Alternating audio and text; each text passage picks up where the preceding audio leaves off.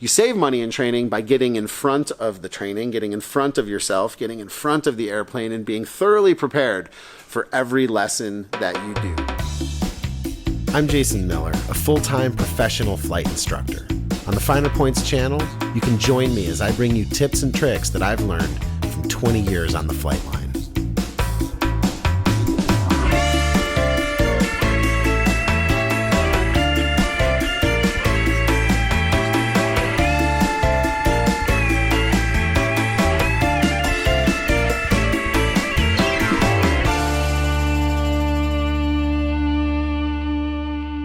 Hello aviators, welcome back to the Finer Points. In this video I want to talk to you guys a little bit about how to truly save money when you're going through flight training.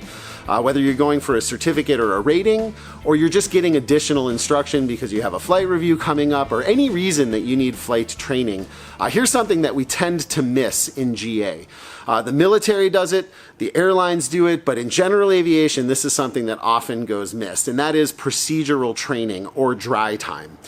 From the right seat as a flight instructor for over 2 decades, I can tell you that it's night and day when a student shows up prepared versus when they haven't really looked at it until they got to the airplane. And learning something in the airplane is not only a bad environment for learning because it's so hectic and you're so saturated, but it's also an expensive place to learn, right? Your CFI is billing you, the Hobbs meter's turning, you could be burning $250 or $300 an hour or more while you're sitting there in the run-up area having looked at the run-up checklist for the first time.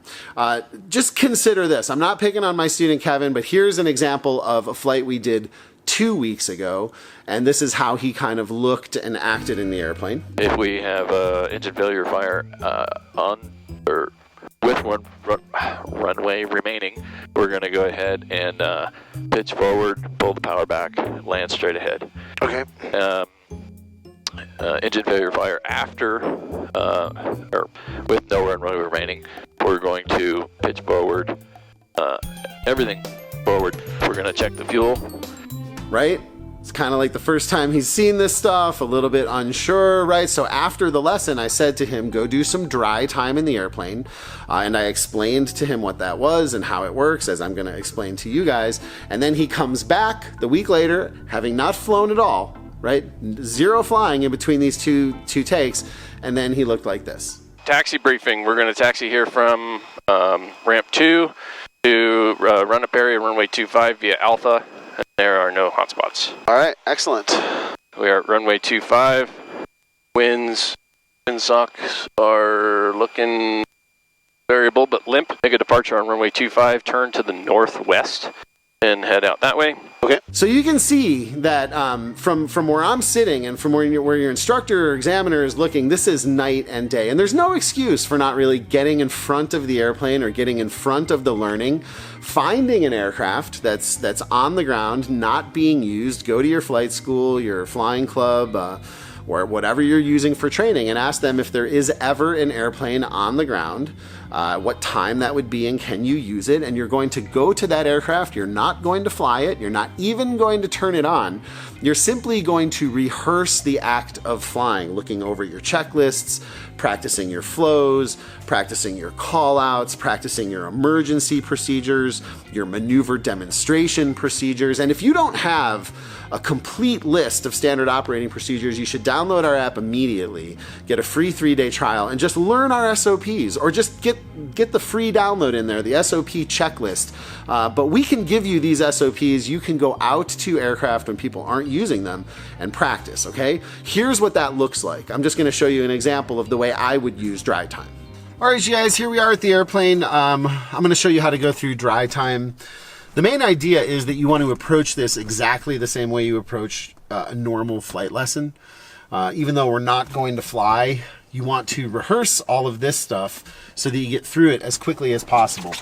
So imagine that you are going to fly, put on your seatbelt, get your normal cockpit organization going, right? So your normal lap board or knee board or iPad setup, whatever you have. And now we're rehearsing the whole drill. So when your CFI sits down, the first thing that I want to hear is a passenger briefing. We use the safety acronym, so make sure they know how to use their seatbelts, the door. Even though it's your CFI, right, you want to practice all of this stuff because in the real world, you're going to fly the way you practice it. The next thing we're going to do is start the aircraft. So there should be a before start checklist. And if you don't have a good set of SOPs, do remember we teach these in our ground school app for pilots of all levels. We also have a free SOP checklist that you can get so you can practice this stuff before you meet with your CFI, save yourself tons of time and money. Become a better pilot. So we go through the whole engine start procedure. I'm not going to walk through every procedure we have, but you guys get the idea. You are going to imagine that you're in the aircraft. As I said, we're not going through all the procedures, but let me just take you a little farther here so you can see how to really address this, right? There's a before starting engine checklist. As much as possible in general aviation, we try to do things first and check them second. But before the engine is running, feel free to use this as a do list, okay? So we did the pre-flight, we got our shoulder harness, our fuel selectors on both, radios and electrical equipment are off. We've tested our brakes. Now we're going to start the engine. We'll put the mixture full rich, and some of this stuff you'll have to simulate, but make sure that you do touch the item and see how it's manipulated. The mixture will go rich. Carburetor heat is cold. Okay, master switch we'll go ahead and turn on, making sure that we clear the propeller, turn on the master switch, okay, and then we're gonna yell clear, and we'll start the engine, okay? So we'll go ahead and turn that off and pull the mixture out, remembering that after engine start, we check the oil pressure.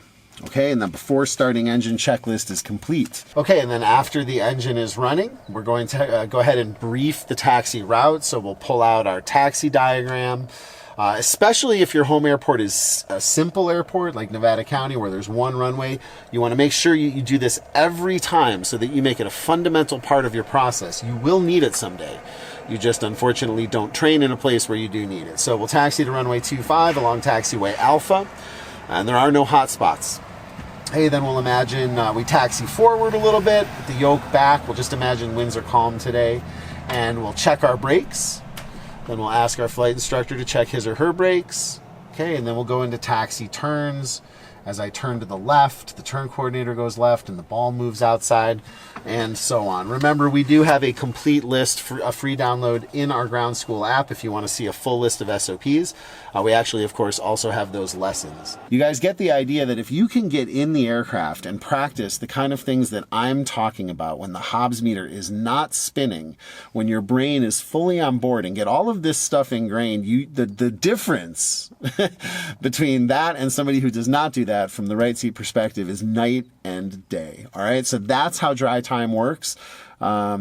In our app, we teach all of this stuff, and in our syllabus, we've got specific dry time homework. This is absolutely the way to save time and money in training. Okay, you can see that's pretty straightforward. You really just have to get your mind in the game. If you can, run a GoPro, film yourself, watch it back, compare it to the SOPs in our training and proficiency app and inside a ground school. Make sure you're not missing anything. Then go there and do it with intention. Rehearse that stuff regularly until it's old news, right? This is fundamentally ingrained in you. This is the way you fly. So that when you show up on your flying lesson, boom, boom, boom, you get through the engine start, you get through the taxi, you get through the run-up, you get through the pre-takeoff briefing, kind of look at your CFI and say, feed me. Give me the new information. My mind is ready to receive. As I said, from the right seat, these two students, so to speak, are night and day. Thanks to Kevin for letting me use him as a prop here in this video, but you can see the amazing progress that he made without one single flight in between those two takes. All right, make sure you get a free 3-day trial of our ground school app. Also in 1 week, November 21st, we've got a webinar coming up, Spending the Unexpected Night Out. We're doing this one in partnership with Garmin because on our recent forced landing incident at Airplane Camp 2024, the Garmin InReach and the messaging capabilities of the InReach were actually critical in a smooth rescue. So we want to acknowledge that. We want to give them props, and they're helping sponsor this webinar with Dr. Howard Donner. We're going to talk about surviving a forced landing. So if you haven't registered, it's free. If you haven't seen these monthly webinars that we do, please check them out. We put a lot of work into it, and it's all free for you. We just love to see you there. So please hit the like button, subscribe to the channel, hit the little alert bell so you get notified of uploads. Leave us a comment if there's a video you'd like to see. I'm Jason Miller, and most importantly, until I see you guys again, be safe and fly your best.